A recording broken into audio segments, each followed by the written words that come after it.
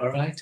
Good morning, everyone. Welcome to our ITS seminar. Today we have a distinguished guest, Dr. Bingqing Liu with us. And Bingqing is a great friend of mine. And Bingqing did her undergrad degree in Tongji University, one of the best universities in China, especially in transportation, and did her master at Georgia Tech, one of the best in the United States, and also PhD at NYU with our distinguished alumni, Dr. Joseph Chow. And then afterwards, Bingqing moved from New York City to LA, from the most congested city to the second congested city. I feel sorry that we'll let Bingqing to suffer in the morning traffic driving here from UCLA. I'm sorry about that. I apologize for that. But a little fun fact about Bingqing is that I met Bingqing at TRB a couple of years ago, and actually we're talking about each other's research. I was sharing with Bingqing about my peer-to-peer trading research, and then later Bingqing need to host a session in Forms. And then Bingqing just told me that, oh, Siwei,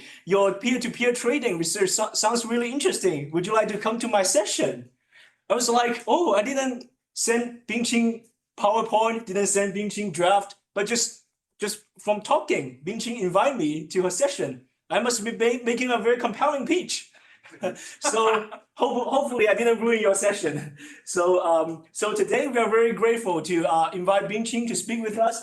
Her talk will be modeling multimodal mobility markets from a regulatory perspective. And this is also Bingqing's PhD topic. Let's give a warm applause to Bingqing and give our undivided attention to her talk. Thank you. Thank you. Yes, we did a very good introduction, and I really feel flattered. Yeah. Okay, so let's get started. So this is like mostly of this work is going to be from my PhD, and I'm still doing some extension with that with my current affiliation, which is the Mobility Lab at UCLA, led by Professor Jia Ma. Okay, so the topic that I'm going to talk about today is modeling the multimodal mobility markets from a regulatory perspective. Okay, so okay. So a little bit about myself. I think we may already heard that. So I got my bachelor's degree from Tongji. I got my master from Georgia Tech and Doctor of Philosophy from NYU, and then now I'm doing my postdoctoral at the UCLA Mobility Lab. Yeah, so this is my first year.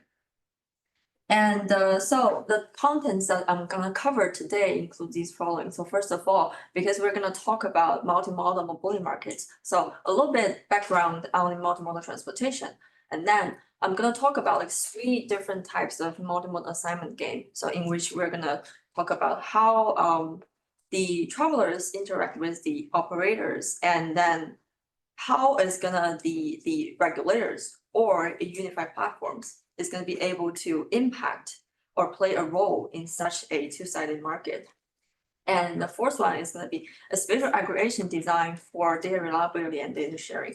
So that's also related to forming partnerships between travelers, operators, and different types of operators, as well as the regulator. Okay, so first of all, a little bit about multimodal transportation. So we know that there are a lot of new mobility services that are emerging, like bike share, micromobility, car share, and so on. And they together are reforming our city transportation from car-based into multimodal. And this kind of system, what's the major difference from this kind of system from a traditional car-based system is that it's much more complicated to model, evaluate, and manage from a regulatory perspective, because there are different types of players involved in here. We have travelers, and we have a different side of operators. They operate from a very different strategies, and they provide services that are very different. Yeah, and so we need to make sure that we know how they're operating, and then we model them in a unified framework to incorporate their different strategies and different perspectives. So that's where difficulty comes in. So what could be done to promote multimodal transportation? So we know that the public agencies are already doing a lot of things to promote multimodal transportation. So for example, as stuff like benches, and where you can tie your bikes to the transit stops. So that's facilitating people's accessing of these transit stops, and also incorporate like fare systems to cover across different transit agencies, different types of services like buses and rails, to facilitate like the first mile, last mile access to the major corridors of transit. Yeah, and also to promote the design of mobility hubs. Those can be a great facilitation of like multimodal design. Okay, so this is leading to a concept of mobility as a service. So these are a type of platform that you can use to plan, book, or pay for multiple types of mobility services. Like all services that you can think of can be integrated into this one platform together. And then you can use one pay to book a trip chain and this platform is gonna separate the amount that you pay and give that to the different operators that are involved. Yeah. And sometimes you can do like a weekly or monthly subscription, and the other times you can also pay like for single trips. And so this is how this type of platforms operate. So you can, as a user, you can purchase trip tickets or subscriptions from the platform, and they're gonna sell you multimodal trips or mobility markets, and they buy services from the mobility providers and sign contracts with them. And for a lot of the time, they work closely with the government because like they have the capability of setting fares and setting subsidies, and like many of these mobile service cases are actually developed by government in this world. Okay, so it is a aggregator, and it also has a capacity of being the regulator because how it works. Okay, so here are some like examples that are already existing right now. Okay, so we know that there are a lot of players involved in such multimodal mobility markets. So first of all, we have the regulator or the platform. It can do a lot of things. For example, like do service region restrictions, do taxes or subsidies, setting the fares, and a lot of other things. All the things that as a regulator it can do to kind of like impact the system, and also all these mobility markets. So basically, we have operators that operates on fixed routes like traditional bus and railways, and also we have other operators that are highly flexible. So basically, like Uber and Lyft. So their fleet are moving across the cities. So basically, what they're doing is they cover regions instead of cover fixed routes, and they don't have fixed schedules. Yeah, so different kind of operation strategies, and also there's nowadays there's something in between, right? Like micro transit. It's kind of a transit, but more flexible than micro transit, than traditional transit, but not as flexible as Uber and Lyft. Yeah, so different type of services in there, and also the travelers. So these are different players. So it becomes challenging to model all these decisions and all these behaviors, and their choices are going to be the result of other players' choices. Yeah, so complicated interaction to model. So this is going to lead to the first three parts of my talk today. So they're all about multimodal assignment games to model this complicated interaction between these players. Okay, and so because what we want to do is we want to model the interaction, we want to model this system, and then data is going to be a necessary thing to do this, right? And we have the mobility providers and the public agencies. The mobility provider, they generate service data while they are operating their services. And the public agency, and these kind of services are going to be needed by the public agencies for their decision making, their like regional periodical evaluation. And also, they also generate things like survey data, demographic data, and most important is policy data. And then those are going to be needed by these mobility providers. Yeah, so they both need data from each other. So if there is a data sharing digital infrastructure that exists over there, and we can have everybody upload data and download data from there, so that would be a much more effective way of managing these data. Okay, so we already have something that does this, which is the mobility data specifications, MDS. So it is something that works exactly as what I described. So it takes data from the operators, and then the regulator, the agencies also use that to publish their data. Okay. So as you can think of that, people may have privacy concerns over there. So Uber and the ACLU, the American Civil Liberties Union, they both file lawsuits over this MDS. So against its detailed spatial temporal requirement of the data. Yeah, like detailed trajectory data of these on-demand services like scooters.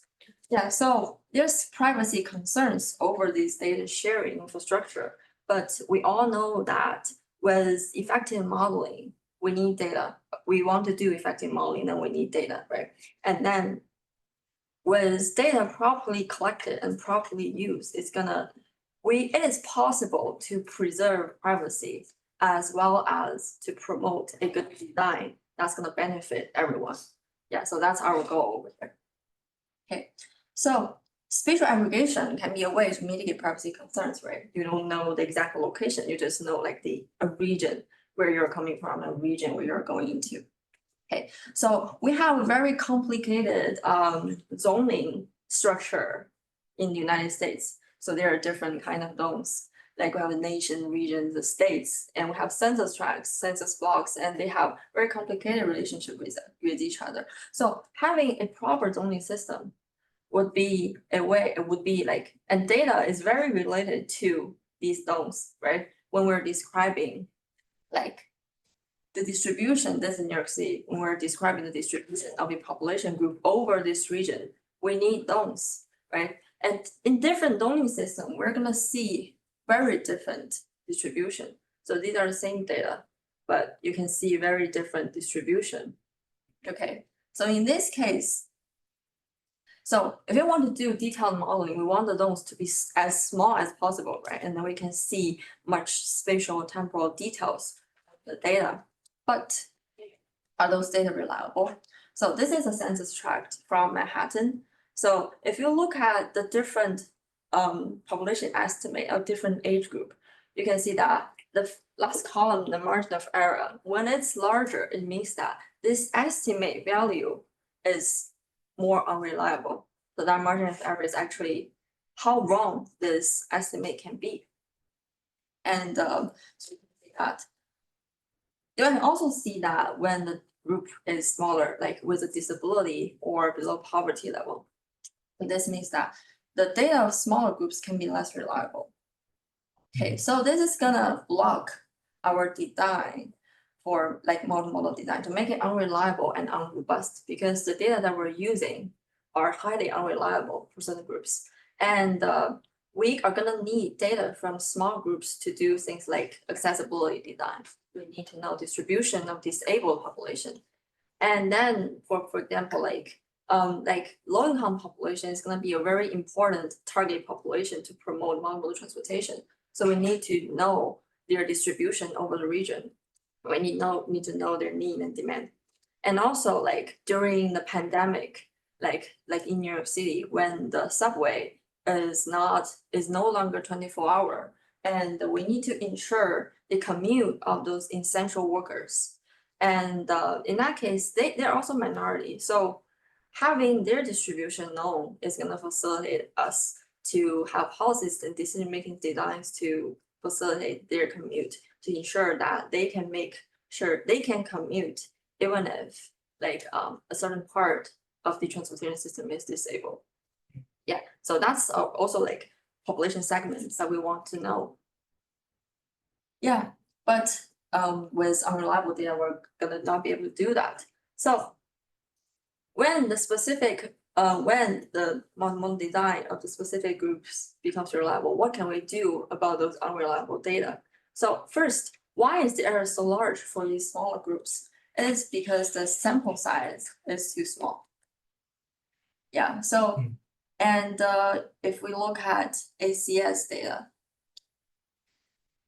take ACS as an example, it's already a large scale data collection effort. It only covers a 1% of the population. Yeah, so with that sampling rate, it's really hard to evenly cover all these population groups. Yeah, so that's why when you look at a targeted population group is smaller and then the reliability is lower. Okay. So then, because these data collection efforts are very time consuming and money consuming, so it's almost impossible to redo those where those aren't collected, right? So we need to use it anyway. And then what can we do about it? So the thing is, we can aggregate the small loans into larger ones to have a more representative sample for certain targeted population groups. Okay, so this is going to lead to my fourth topic, the spatial aggregation design for data reliability as well as data sharing.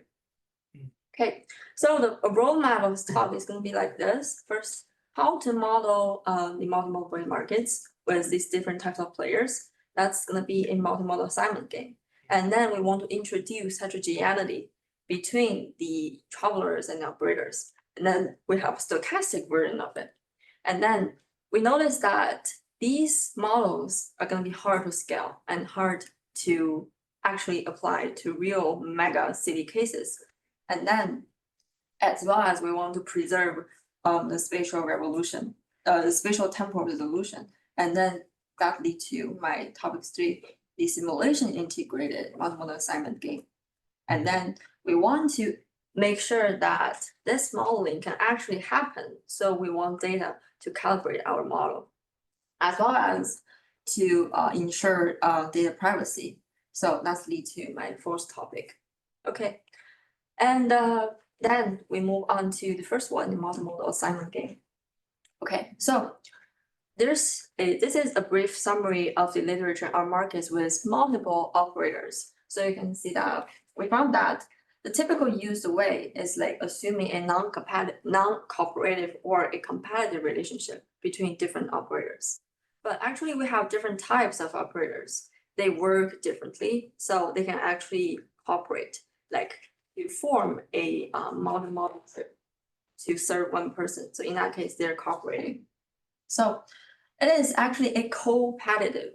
So these operators are actually cooperating and competing against each other. Yeah, so it's not covering that, and also lack the modeling of a role of regulator that is going to set policies and subsidies to impact the system equilibrium. So this is what we're going to do in this study. Okay, so another way of modeling multimodal markets is going to be assignment game. So assignment game is something like in a two-sided market. So you have the buyers and the sellers over there. And in multimodal markets, we have the operators and the sellers, and we have the buyers, the travelers are the buyers. And we have the regulator is going to be able to set policies to shape the environment in which these two, the sellers and buyers form their partnership, their coalitions. Okay. So that's why multimodal markets can be modeled as assignment games. Okay, so this is an example of a one-to-one assignment game. So basically a set of buyer and a set of seller, and they're gonna form one-to-one matchings. Okay, so this is a formulation. So this is a decision variable indicating whether buyer J and the buyer I and the seller J are matched finally. And this A is the value of this correlation. So that's the amount of value that can be split between the buyers and the sellers. Okay, and then we have these two constraints, making sure that each person is matched only once. Okay, so if we take the dual conditions of this formulation, we're gonna get something that represents the stability of the final matchings. So this actually makes sure that for the final matched pairs, they get the most payoffs from their final matched pairs. If they look at other possible matchings, all those are going to be lower than their final matched pairs. So this one is this side. It is the total payout that they get from their final matchings. And for the ones that are matched, it's equal to it. And if you look at other matchings, it's going to be smaller. Okay. And okay, so I'm going to skip that. Okay, so if we look at multimodal mobility markets, like users, they're going to choose paths, right? And the paths are going to be multimodal. So each mode is going to be supported by a distinct operator. So one path are going to be operated by a set of different operators. So, and then in this case, the users like one user can be matched with multiple operators. And one operator is going to be able to serve different users. So in that case, we have the many-to-many assignment game. That is many users with many operators.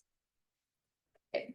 So for the many-to-many assignment game, that one we just introduced is one-to-one, right? That formulation. And then we want to extend it into many-to-many. So to that, we define a multi-correlation. So a multi-correlation is basically a combination of single correlations. And in that case, we can reformulate the matching problem like this. So this is going to be the decision variable indicating whether a multi-correlation is going to be formed.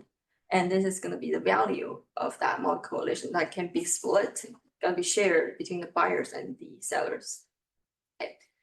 And so the stable outcome space can also be defined similarly. So basically you can see that it has the same structure as what we see just now. So basically we have everything that the sellers get from this matching and everything that the user get from this matching. And that's going to be from the optimal matching that they can find in this market. Okay. And if we take this form to multimodal mobility markets, we have the buyers as the travelers, the sellers as the operators, and the multiple nations in this case are going to be multimodal paths. Okay, so like this, like one user is going to be served by a set of different operators.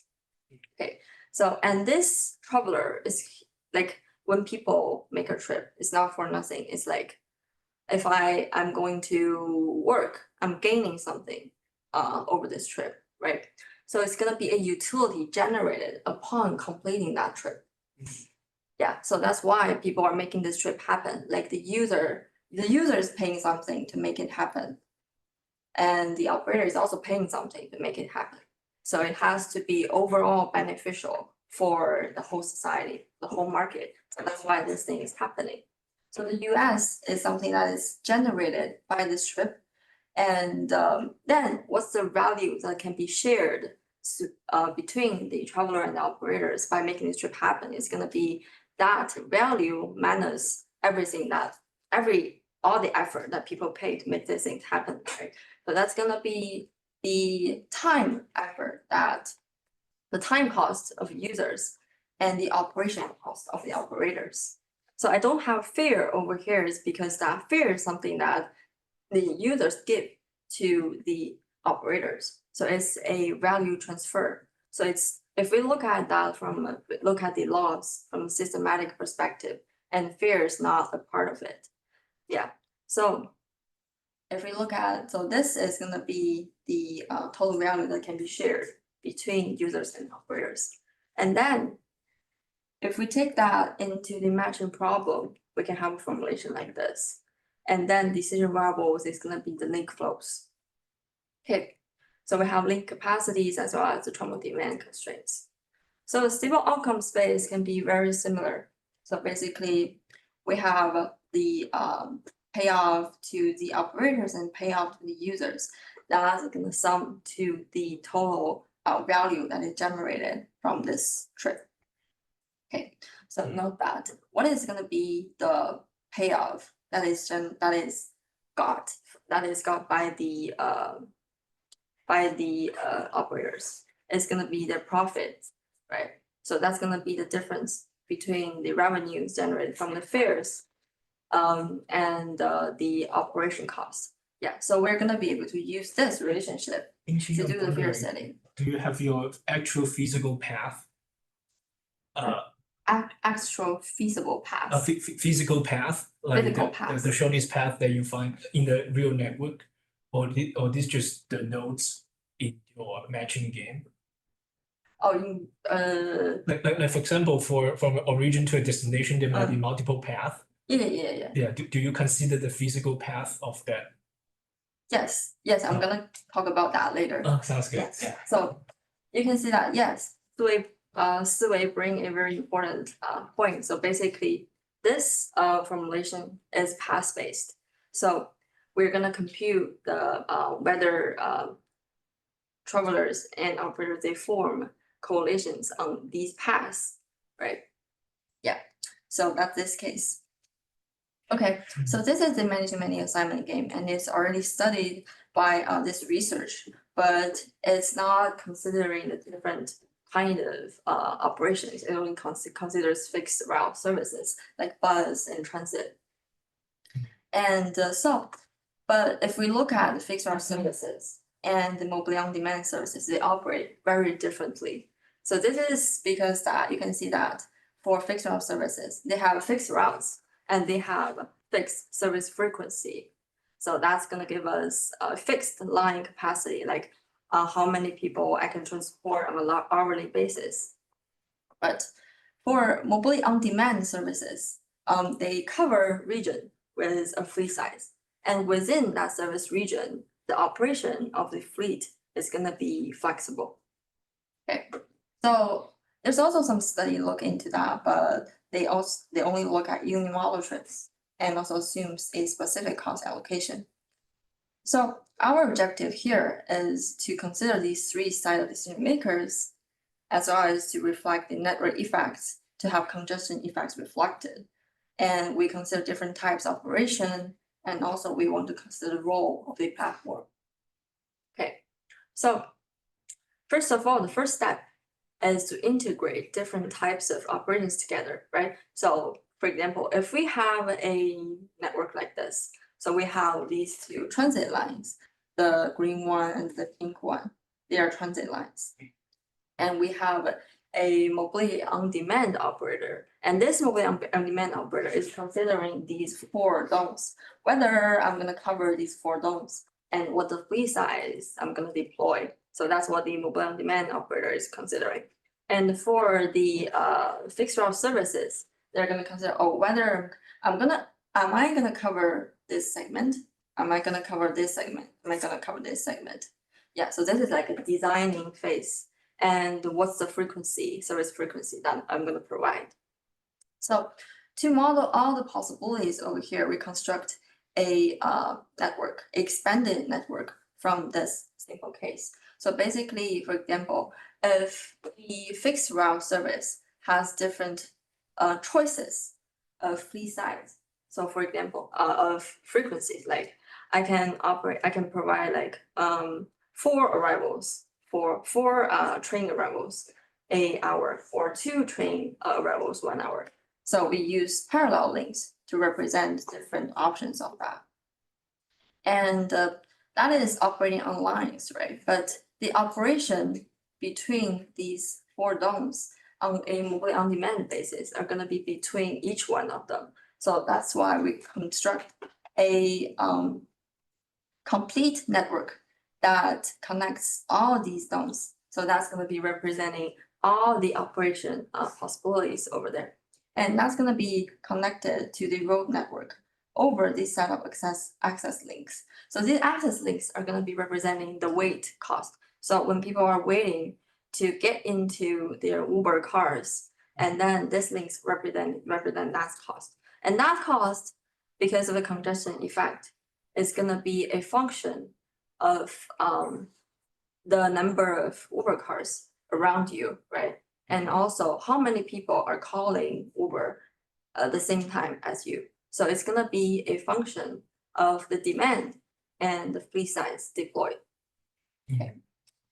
So the decisions over here are gonna be modeled like this. The fixed route operators, they want to choose link, whether to open a link. And because each link already represents the fleet size, so already represents service frequency. So the first service frequency decision is already incorporated in there.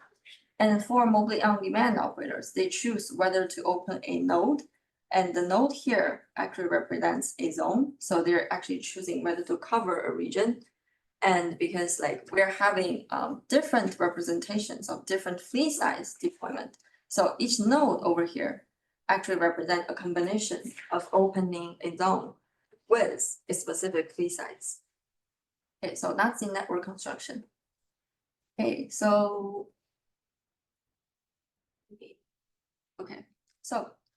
another thing we want to capture is demand elasticity. So it can be interpreted as we want to allow some travelers to opt out of this system. So that is typically done by connecting each OD pair with a dummy link that is uncapacitated to absorb the demand that choose to opt out of this multimodal system. So that can be people choose not to travel because that they think this the cost they pay for this trip exceeds the amount of value that is generated upon completing this trip. So that determines the cost of these dummy links, which is TS. So that should be calibrated to reflect the average cost of the outside options. Okay. So the matching problem can be summarized like this. So we have the traveler's decision represented by the flow variables, and operator's decisions are binary variables. So the total objective is to minimize system total cost. That is traveler's total cost and operator's total cost plus together. And we have the node conservation constraint, capacity constraints, and so on. So we mentioned that this formulation, this formulation that we looked at before was path-based, right? But in this case, it becomes a link-based formulation because it can be formulated based on links to avoid path enumeration by forming this node conservation constraint. And if I go back to the other slide, oh, I stopped sharing. Okay, let me restart. Okay. So if we go back to the one that we were talking about, this formulation. So basically, in here, like when we're maximizing this US is a fixed value, right? So basically, we're minimizing these two later ones. So this is the traveler's total time cost. This is the operator's total operation cost. So that's why we have the objective of minimizing the sum of travel time cost of users and the operation cost of the operators. So let's move back over here. So this is gonna be a nonlinear mixing program because remember that we have a function to represent wait times for the MOD services, and that's gonna make this objective nonlinear. Okay, so after doing this, another step is to do fare setting. So as I mentioned before, that the fare is going to be obtained through the cost allocation, which is the dual condition that is developed from our matching problem. So basically, if you look at this, I think we illustrated it like this. So basically, that's a trip utility level. So this level is what is this trip is generating to the whole society. And then if we minus the total cost that makes this trip happen, and something in between is the value of this trip that can be split by everyone that is involved in this trip. Okay, so different fare setting mechanism is just representing different ways of splitting this total payoff into different parties, the operators and players. Yeah, so that's the basis, that's the nature of the fare setting mechanism. Yeah, so this is going to lead to our first constraint, so the cost allocation. And then we also want to make sure that the operators are not losing money, and also that we want to make sure that all these form matches are stable, and the other matches are not having the users don't have motivation to switch to other matches. Okay, so we have these conditions and we can solve for the fares for bioptimal or suboptimal. priority bill is gonna be maximizing total users payoff, is gonna be representing the social welfare. But for the seller optimal, it's gonna be maximizing the gain of the sellers, that is the total revenue. Okay, and so if we look at this case, we can see that in some cases, the system state with the lowest systematic cost can be unstable. So in that case, we call it an empty stable outcome space. So if you look at this example, we have two different OD pairs, and we have this blue line that is a subway line. So remember that the users are making decisions and the operators are also making decisions. So this subway line, it can choose to operate or not to operate. Okay, so if we just look at the system and see what is the optimal state. So this is going to be the optimal state of flow. And that's going to be the minimum system total cost. But why this is unstable is because that to ensure that this subway line doesn't lose money, we need to charge the lowest fare of 2.4 for each user over here. So that's going to make the cost of this pass 1, 2, 3 be 20.4. And that 20.4 is higher than walking from 1 to 3. So that makes this option unstable. So people on this path are going to be motivated to shift to 1 to 3. So the final stable assignment is going to look like this, but it has a significantly higher system total cost. Yeah. So in this case, if you are a regulator, what you're going to do? So it is easy to think of that. You can give each user on this path this $0.4 difference, right? To make sure that they stay on this path. And when that kind of subsidy is given to these users, if we add that subsidy to system total cost, it is system total cost with subsidy is this amount. It's still lower than the naturally stable assignment. Yeah, so this means that in this case, it makes sense for us to give subsidies to stabilize the system. Because with the subsidy, it's still a cheaper choice. Okay, so this leads us to the subsidy design mechanism. So basically, it's very straightforward. Like we have a path that we want, we have a path that we don't want the users to go to. We just need to give the difference. We just need to subsidize this difference. So this is going to lead to us. So basically adding the extra utility, like enlarging the trip utility of this trip, right? Yeah, so we still have this set of conditions, but the objective is going to minimize those subsidies. So through this, we're going to be able to solve subsidies for settlement matching. So then we're going to look at the solution algorithm. So it includes two parts: exact solution algorithm for the matching problem, and also a heuristic that incorporates the fear setting mechanism with a stability guarantee, because we can design subsidies. Okay, so the matching formulation is hard to solve because it is NP hard, and it has nonlinearity in it, and it might be very large in real networks.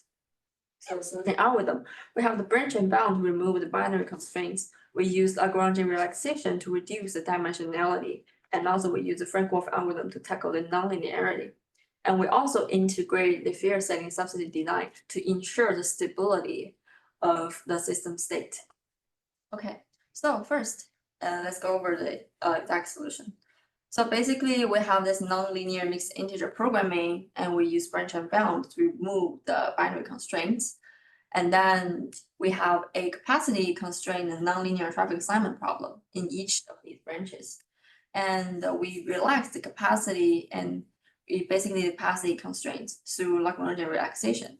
And then in the subgradient optimization process, we are going to be able to compute the Lagrange multipliers through these iterations. And in each iteration of the subgradient optimization, we have a nonlinear traffic assignment problem that is not capacitated, which can be solved directly with Frank-Wolf algorithm. So yeah, so in that case, we finish a branch, and then we see if it's an integer solution and move on to the next branch. If it's necessary to do pruning and then or updating the optimal solution, then we do that. So a typical branch and bound thing. Okay, and if we want to integrate the fair design system, here is the thing that we want to do. Like when we finish each branch, first we see if it's a integer solution or not.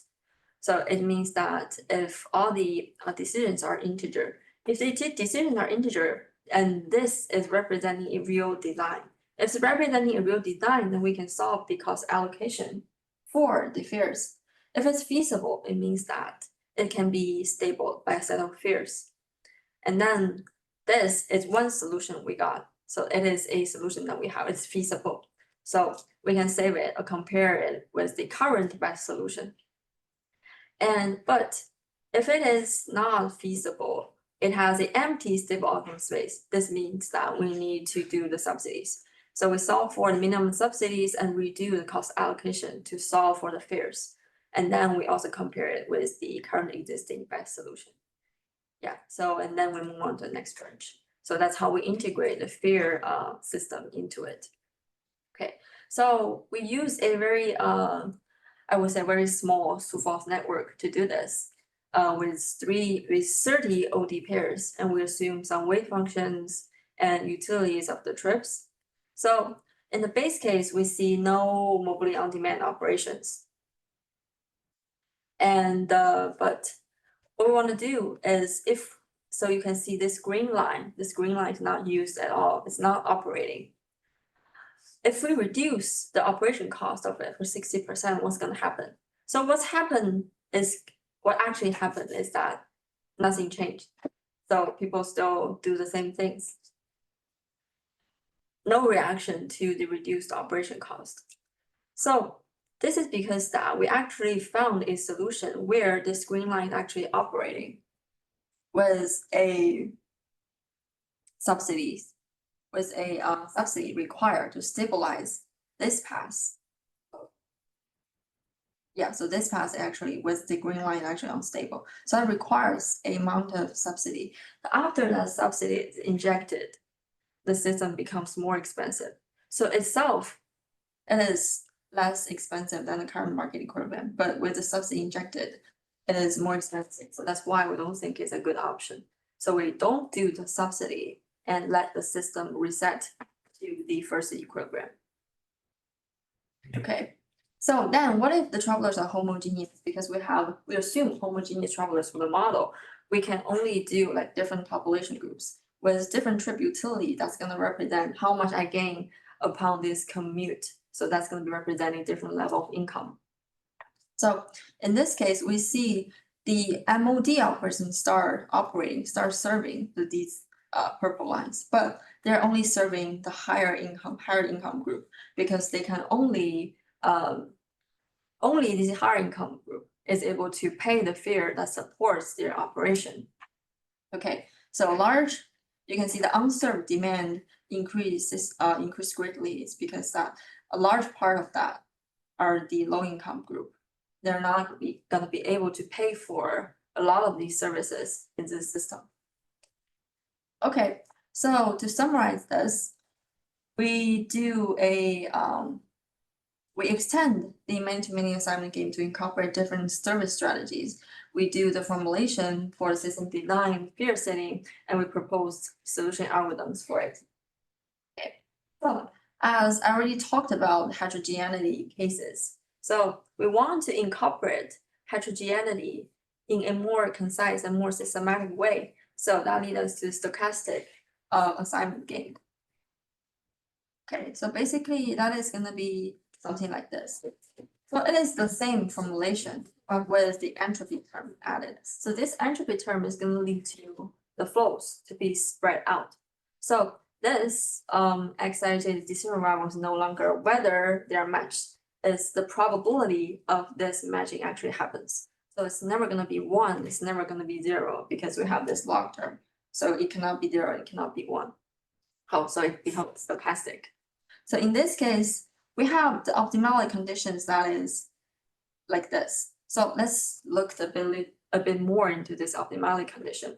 So we can see that when this relationship holds, we have this x equal to 1. So this means that the probability of this matching of this collision is 1. But we just mentioned that it is not possible in a stochastic case, right? So this means that there is like an ideal matching that people are imagining, but actually do not exist. So that is what they're expecting. So we define these payoffs as the expected payoffs. That are the payoffs from a hypothetical matching that actually do not exist in the system. Yeah. Okay, so yeah, that's the theorem that I wrote for this in my dissertation. Okay, so if we use the housing market example from the paper of Shapley and Schubig, which is a classic paper in the assignment game world. So basically, like we have the valuations for different matchings, and then we can compute the value for different matchings. Note that I set something to be negative because like in real cases with stochasticity, some people may have their own considerations, like they may have like urgent need, they don't have the capability to do like enough information collection, enough comparison. So in this case, if we use the stochastic model, it is still non-zero for these negative matchings with negative values. Okay, so we can see that these are the top possibilities. And if we regard this with, if we solve this with the deterministic assignment games, and these top possibilities are exactly the ones with the deterministic matchings. Yeah, so that's a simple illustration of this. If we take this again to the many-to-many case, and we also add this entropy term over here, and the optimality condition becomes like this. So in this case, this summation term is going to be just representing the payoffs of all the operators in this multi-correlation. Like one user, that's the user's payoff. That's the sum of the payoffs of all the operators serving this user. Okay, so, and then if we're going to take this into the assignment game, first we need to look at the alpha, the nature of this alpha. So basically, it is how significant the perception variation is. When it's large, the probabilities becomes more concentrated on several good matchings. When it's smaller, the probabilities are more spread out, representing a higher stochasticity and higher level of perception variation.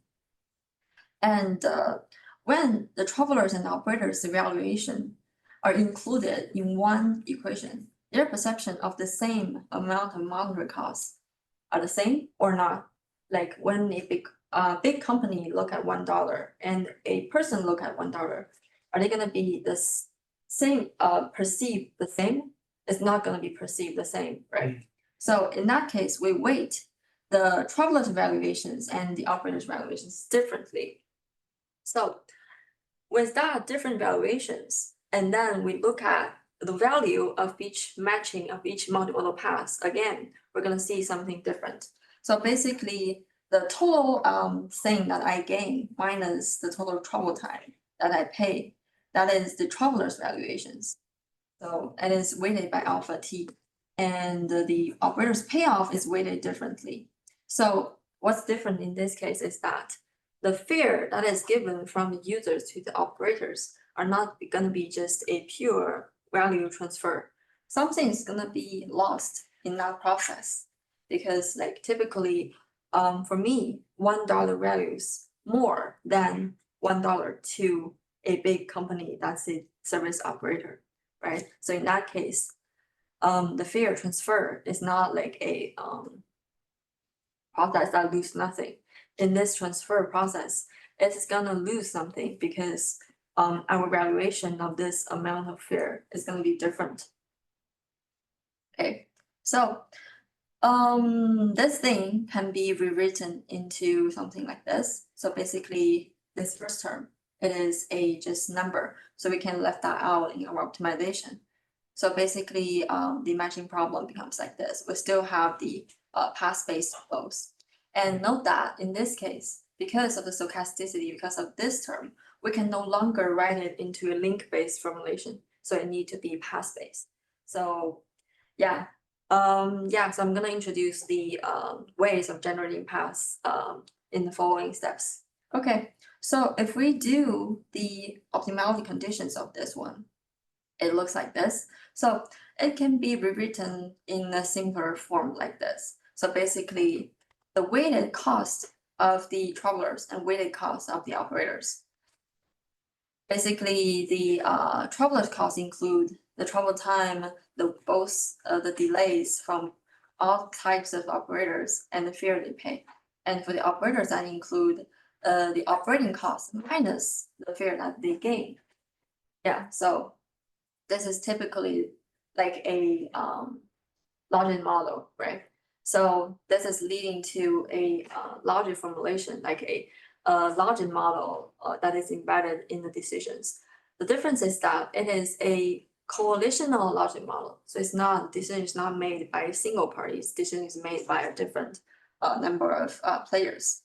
Okay, so the fear here, if we assume that a regulator, an agency at least have the capability of impacting this fare system. And also, if it's within a mobile service platform, it's going to be able to set the fares. So in this case, this assignment game is going to be determined by the fare system, right?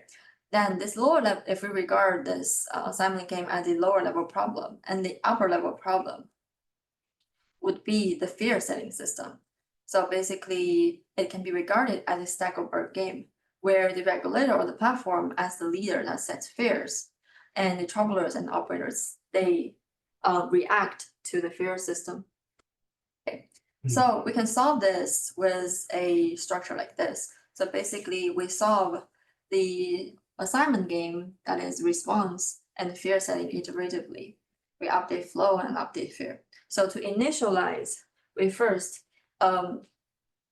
set all zero fares and all dummy links as a path set. And then we also update the path set iteratively by generating all the paths whose cost, like this weighted sum cost, is lower than the total value that is generating to the system. Okay, so, and we use a bounded subnetwork identification method to fasten this process of path generation. And when this converge, we have the optimal fares and flows.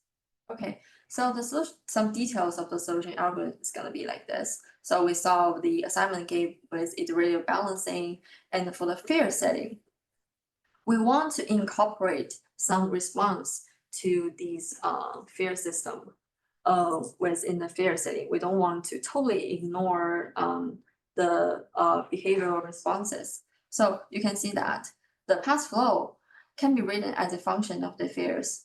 And in here, we have a lot of parameters, typically Lagrange multipliers.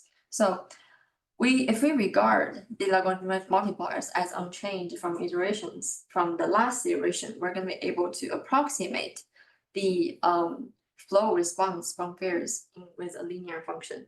Yeah, so, and in that case, the revenue objective can be a function of fare that also incorporates the response from the stochastic assignment game that can be solved by the Frankfurt algorithm. Okay, and next part is going to be the path set regeneration. So we use k-choice path generation, but with an upper bound of the system of, that is the total value of this like the income that is generated from this trip. Okay, so basically we make sure that we generate all the paths below this value. So note that we mentioned that we can have negative payoffs in stochastic assignment games, right? But in this case, if we constrain that we don't have the longer paths, but we have the paths below this bound, we're bringing back the assignment that the values of the matchings cannot be negative in this case. Okay. So for the subnetwork identification is straightforward. Basically, for each OD pair, we run shortest path that is forced to traverse each node and link in this graph. And in that case, if the path length is greater than that bound, then we remove that link and node because it cannot be traversed within this cost bound. Okay, so we still use this. You have 15 more minutes. 15 more minutes? Yeah. Okay. Let me go a little bit faster. So, so basically, yeah, so let me just move on to something that I want to talk about more. So basically, I already talked about like a lot of like these optimization-based assignment games, right? So, actually, when I moved to UCLA, I was given the task of doing the multimodal mobility hub site selection problem. But I found it's actually very hard to use this kind of optimization frameworks to apply them to like these real mega city frameworks. So this inspires this next step, the simulation integrated multimodal assignment game. So the challenges include the following. First, the computation complexity for large scale cases. And second is going to be the network construction. So it's highly dependent on loans. The travel demand and MOD modeling are all dependent on the loanings. And then the model calibration. There are a lot of parameters to be calibrated, the network travel times, the access functions and travel utilities, etc. So it's this very complicated system to be actually scaled and configured for real cases.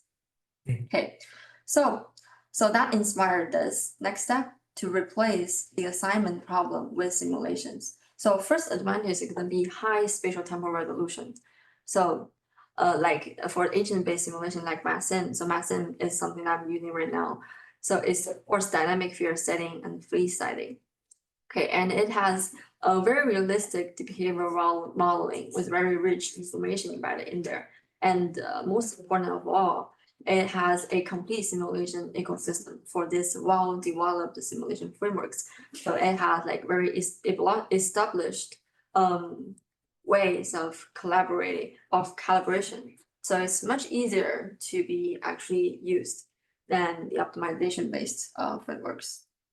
Okay, so let's look at the real case. So this is LA. So for a multimodal decision makers, here are examples of decisions that I might consider. So first of all, is it a good idea to build a mobility hub here? Or is it a good idea to have last mile services in this region? Or do I need to put a bus line over there? Or should I put a parking lot at this railway station? Those are all decisions that involved in a multimodal design. So basically, like all these things can be modeled with such a structure.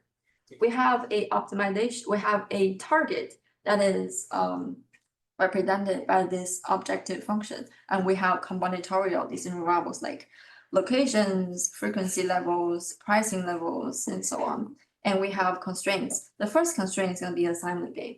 So, and other constraints. So this assignment game constraint is something that we can replace by the simulations. Okay, so we know that for one run of simulation, it's kind of time consuming, but it's generating a lot of information. Like if we run the MathSim for the LA, because in our lab, we keep a calibrated version of MathSim for the entire LA, and we call it LA sim. So basically it's generating I think it's 10% of the total LA population. Yeah, it's calibrated to be 10%. It generates a lot of data from one run, but one run takes around 5 days on our server. Yeah, so it's a huge effort to run a whole process from start to the equilibrium. But if something we can do is that we can make use of the data generated from one simulation to inform our decision making. So this leads us to this process over here.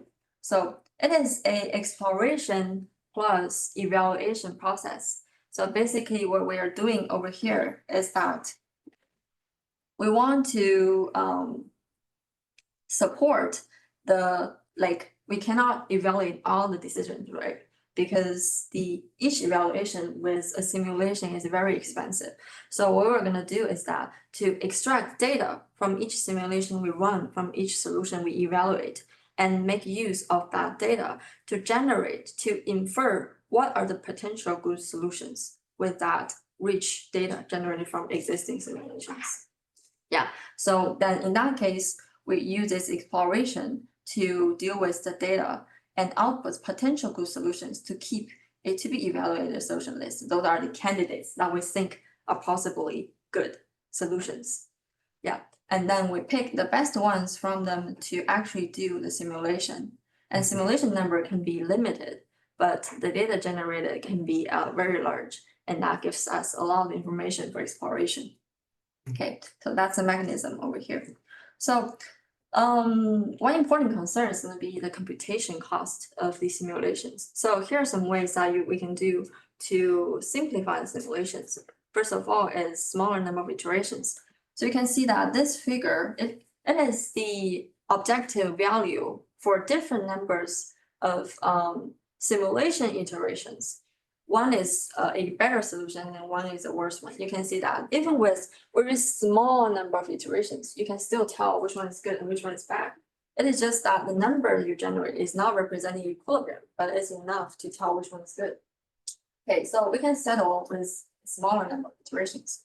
Another thing is that we can build upon existing equilibrium.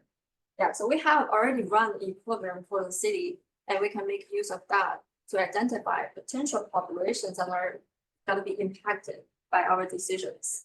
Yeah, so that's another way. And the final way is that we can just simulate population segments that are sampled. So it's going to be suitable for cases that are not capacity sensitive because you need to recalibrate capacity. Okay. Yeah, so I'm not sure if how much time I have over here. So basically just okay, move on to this slide. So this is talking about how we generate data from simulations. Like directly from simulations, we have disaggregate data, like trip data. And also we can aggregate them into with like zones and time period and even more aggregated forms of ridership and volume kind of stuff.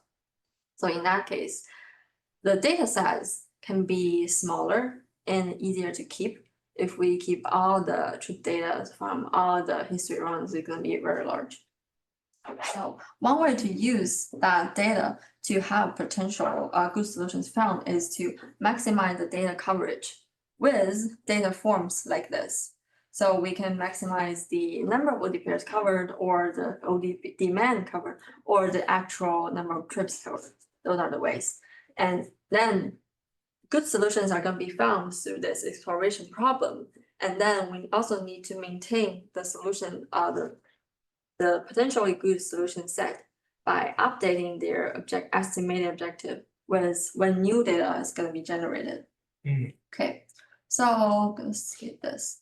And one other thing is that what if we're stuck in local optima? So this happens when the solution that we evaluated becomes very similar. So in this case, some of the other areas might not be covered after all. So in this case, we want to have a distance control to break from local optima. So you can see that these two solutions are actually very similar, but these two ones are like selection. If you think of selection of locations, this one, like these two solutions, the blue one, red ones are very different. So if we control distance between solutions, we can find the distance that is far from the distance to break from the local optima to generate new demand data that we don't see. Okay, so I have this is a very small example. So basically some trends over here. So what I want to emphasize here is that this actually shows how the mechanism works. So you can see this orange line. That is the best solution from the potentially good solutions that we find. So you can see that it is not very good at the first stage and becomes very high and it drops slightly. This is because that from the first stages, we are assuming we start with a run with all the sites open. So in this case, people are having their best options. So many of their other options are not revealed at these cases, are not explored in these cases. But when we're having more and more data, when the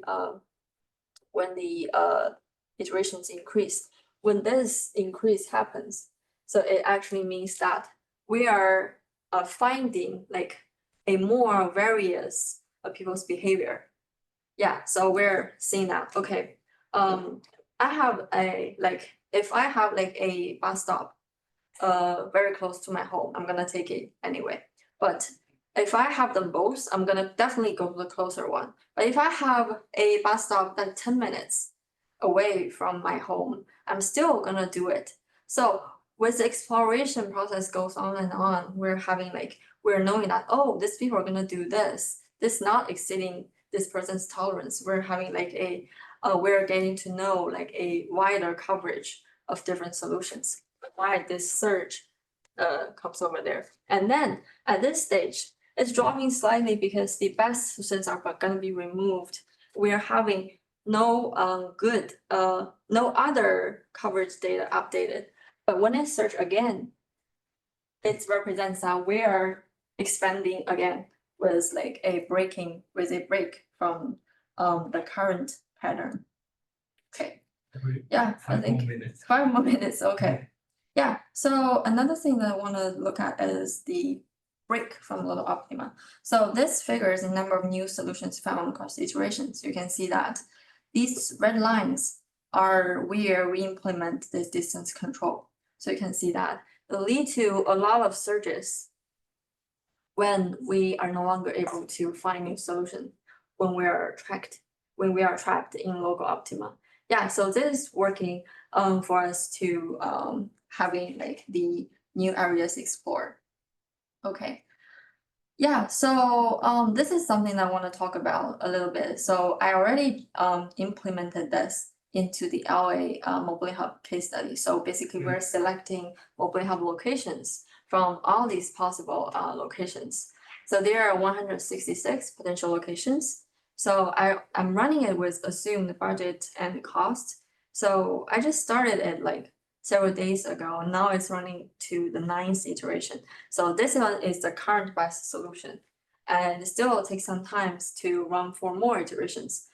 It's like 5 hours per iteration because I did something like what I introduced to simplify each simulation run.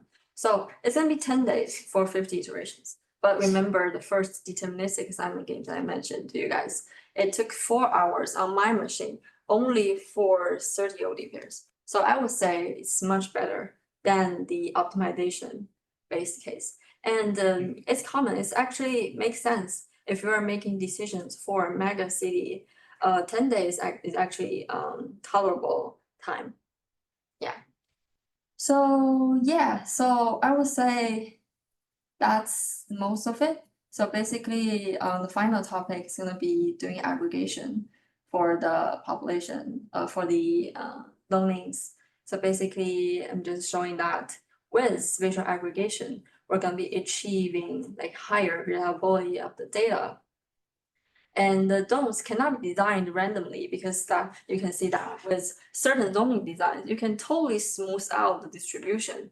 But with the same number of domes but different designs, you can see very different distribution. So it's not a trivial problem of designing domes. It has great impact on your analysis results. Yeah, so this is called the MAUP. It's actually an issue, not a problem. The modifiable error unit represents the impact of zoning system on your analysis result. Okay, so we applied that to New York City and targeting these 3 population groups and see that their reliability significantly improved. Okay, so one vision of making use of this is integrated into mobility data specification. And then in that case, we can have like government and the researchers, mobile providers sit together to see what is the level of aggregation that you guys are comfortable with. And then you can use different levels of aggregation while you're updating your data into this system. So it can be a facilitate of both more accurate design, more accurate data, and less privacy concerns. Okay, yeah, so that's all from me. Basically, yeah, thank you for having me today. Thank you Sexway for inviting me. Yeah, I think I exceeded the time a little bit. Sorry for that. Thank you. It's a great, very challenging topic. I try my best to follow, but I guess probably just only follow 60%. This is why this is why she's the chair. I'm only the presenter of her session. So maybe for our students, since some are younger, some of them are not familiar in that field, would you mind kind of summarize the main takeaway of each of your study with one or two sentences? Can we conclude that we should give the incentive to stabilize the system? Or what might be the takeaway that you want our students to take away from the talk? I would say that like because my supervisor, Professor Joseph Chang, he Yes. got his PhD from here. Yeah. And when I was presenting some parts of this research in TRB and forums kind of platforms, like people would say that when I walk into this room and see Frankfurt algorithm, I know where you're from. Yeah, so stuff like that. So I know that this is the place for very important optimization work, and that really helped the a lot in the operations and design decision makings for a lot of agency, and that really have like a great contribution to the area of transportation. But like nowadays, we're having like a lot of like new ways of tackling these kind of problems. So we can look at we're gonna see like AI based simulations. Like I showed a logo of the small whale. I'm not sure if you guys heard of that. It is a platform that Stanford created. Like each agent in that simulation is AI driven. So they are gonna be interacting with each other to make decisions. They showed various type of behaviors. Some of them even are gonna be able to come together and arrange a party. Yeah, something like this. So it's definitely gonna be able to do a transportation simulation in a very complicated way, maybe far extend our comprehension. Yeah, so I heard that there's already some research done in that area using DeepSeek back in China. Yeah, so I would say that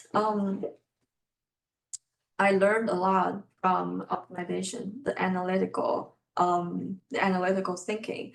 And for the assignment game, that is the major thing that I work on during my PhD. And that really helped me to understand why the nature of the fare system and the nature of the market, why people are matching together, why these people choosing this, why this operator choose this option.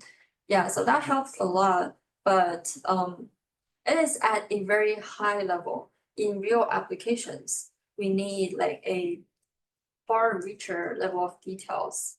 Yeah, so it is a very hard process for me to like finally grounding from theoretical area to a more applicational area, because we're engineering, we're not like science, we're not doing those kind of like just theoretical work. Finally, we need to bring our model to reality. We need to we need to inform the real decision makings. Yeah, so I would say that you guys can think more about how to make that fine balance. Yeah, so it's the hardest part that I feel in my own research where like It's the application part. like, but in application, sometimes you also want to preserve the laws, the series that you observe from like that you want to reflect in the model. So that kind of balance is something that is the hardest for me, and also the most important for application driven like researchers like us. Yeah, thanks for your answer. Maybe we'll open up to a few questions if the audience have questions, or I'll check online to see if they have questions. We have a virtual question Yes. from Michael Pisano. He has unmuted himself, so he's going to share his question directly. Yeah, Michael. Hi, thank you for the presentation. Very cool. I appreciate it. Mike Paisano. I'm from Santa Cruz. I'm on several committees, Metro Advisory Committee and Elderly and Disabled Transportation Advisory Committee for Santa Cruz County, although I do work at UC Santa Cruz. My question is, can this be modeled?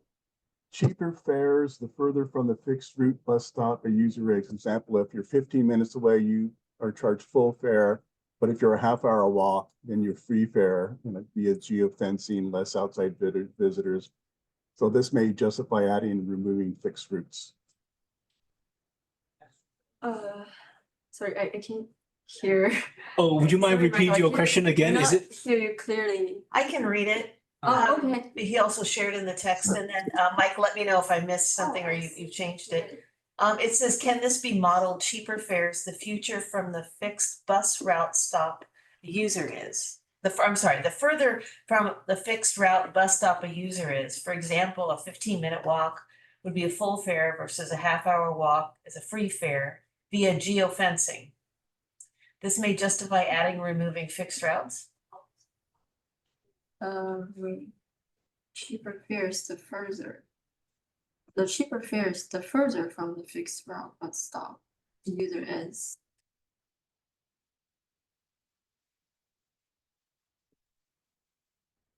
Yeah, this can definitely be modeled if this is some mechanism that you want to reflect in the system. But I would see that your goal is to incorporate the possible users that are far from the stations, right? Yeah, this can definitely be modeled. And you can just add a simple constraints in the framework. Or if you're using like more well-calibrated simulations to represent this, it can be just simply designed with your different combinations of decisions. But if you just want to achieve the goal of like attract these further users to the transit system, you can just shift the objective function, because like the current objective function that I introduced are majorly cost-based. Those represent efficiency. So if you just consider efficiency, and then the system is gonna drop some of these users and are not gonna be like just incorporating them is not efficient. But if we want to incorporate them, we can, for example, maximize the ridership, right? We can have some different ways to have balance between the ridership of bus and railway, those transit services, and the costs. And with that balance as our goal, the model will automatically try to incorporate more users into the system. And the model will automatically select which are the population that can be incorporated further with lower cost. Yeah, so pre-designed mechanisms can be incorporated in the model definitely with just simple constraints into the simulation or the optimization model. But I would say that if you have a goal, if the goal is to just incorporate more travelers, and then just set the objective properly, and the model is gonna automatically do that. That's my answer. Does that answer your question, Michael? Perfect. Thank you so much. Yeah, and we also encourage the audience to engage with Bingqing if you have further questions. Any other question? We do. Mike Highland has a question. Professor Highland, are you here? Yeah, can you hear me? Yes. Good. Hi, Bingqing. Yeah, Mike Highland. I'm the faculty here at UC Irvine. First, sorry I couldn't make it in person. I'm a little sick. My daughter's home sick. Otherwise, I would be there. Yeah, good presentation. Good to have you out here in Southern California. My question is in regards to the simulation aspect of your study. Are you, as you're defining these decision variables, leaning more on like binary variables for projects, or did you find kind of ways to formulate continuous decision variables related to infrastructure or policies? And the kind of other part of that question is, how large of a decision space are we talking about here? Like just a few variables, or are you interacting thousands of variables in the simulation-based framework? Thank you. Yeah, thanks, Michael. It's actually a very important question. That is something that actually I'm considering here. Like this framework that I'm introducing right now is for combinatorial optimization, because it's evaluating discrete solutions. Those solutions are not continuous. Like for fair system, it need to be decomposed into like $2, $3, $4, different levels. So the current mechanism is incorporating combinatorial decision variables. Yeah, so that's what we're doing right now. And but what I'm exactly considering recently is to take this framework to be able to incorporate continuous variables. Yeah, such as doing the fair system continuously instead of setting these hard levels. Yeah, so that would, I think some of the research already did that by computing some type of gradient by comparing to different formulations. Yeah, and then a gradient, some kind of gradient can be computed from there. I think that research that proposed this is doing the capacity calibration for large scale simulations. Yeah, so I was thinking of like, it would be possible if we also incorporate some kind of mechanism like that. But my worry would be that computing the gradients would require like doubling times of running the simulation. That's one of the risks. But if we're running a set of simulations anyway, I think we can at least, we're gonna be obtaining some gradients estimation from those simulation sets anyway. Yeah, so that's actually something that I'm considering, exactly something I'm considering for these days, yeah. And for the simulation size, so the LACM case that I'm working on right now, it is 10% of the total LA population. I think LA population is 1 million, 10 million, I don't remember. Yeah, 10 million. So 10% is 1 million of the population. And what I'm doing right now is I'm building upon one existing equilibrium of that test bed. So basically, like, for example, if I've identified this person as possible to be using mobility hubs, I'm gonna provide a new travel itinerary that incorporates mobility hub to this person's alternatives of plans. And then I just build upon the equilibrium and let the simulation compare these alternative plans with the existing equilibrium plans. So that takes only like less than 5 runs, less than 5 iterations of MathSim. So the 50, we run 50 iterations for MathSim to get to the equilibrium of the whole city, and that's the 5-day time run. But for the case that I'm doing right now, I'm using 3 iterations based on the existing equilibrium. So then each run is gonna be around 4 hours. Yeah.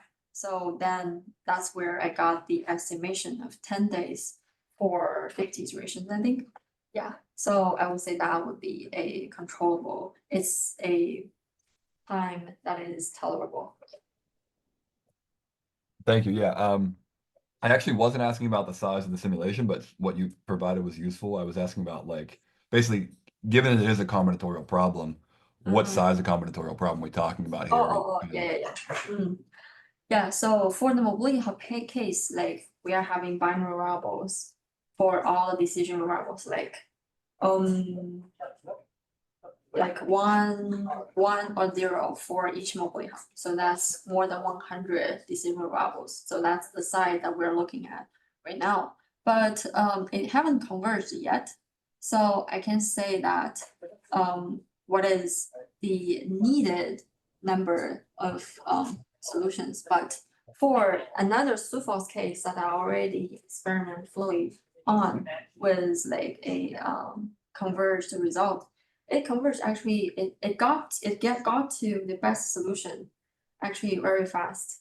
Okay. So within 10 iterations, it's able to have the best solution, but I just need to run more iterations to prove that it is the best solution. Yeah, so I would say that for very large scales, we can constrain the number of iterations according to the time that we can spend. So it's gonna give us a satisfying solutions, but absolutely the optimality cannot be guaranteed. Yeah. Thank you. Just a quick comment. We're working on something similar in San Diego with their existing integrated activity-based and traffic assignment model. So I'll be happy to chat with you about that later. I think you have some good ideas, and hopefully you think we do as well. Thanks.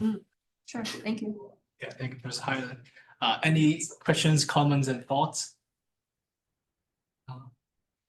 Then if not, then we will probably end the session right now. And then please feel free to follow up, engage with our speaker, and also feel free to email her if you have any questions. And let's give another round of applause for Bingqing. Thank you.